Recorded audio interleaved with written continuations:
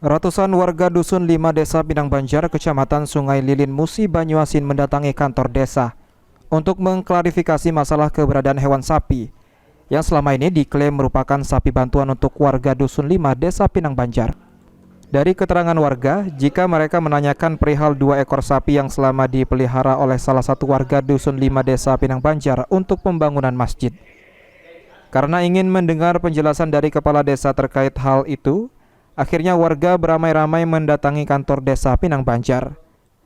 Sebelumnya bantuan sapi ini merupakan program dari kepala desa terdahulu dengan total 7 ekor sapi berjenis sapi lokal.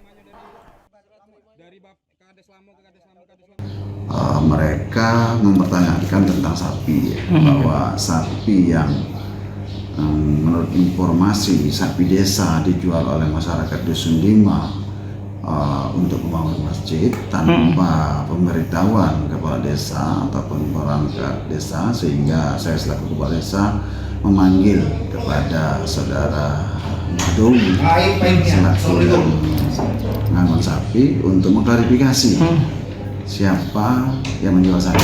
Nah, berhubung panggilan lisan pertama kami sampaikan tidak hadir, makanya kita buat undangan secara tertulis. Ini kami sebagai warga Dusun 5 Desa Pinang Banjar mengklarifikasi bahwa anggapan Kades, anggapan pemerintahan desa, sapi itu merupakan sapi desa. Sementara kami dari pihak dusun beranggapan bahwa itu merupakan sapi dusun.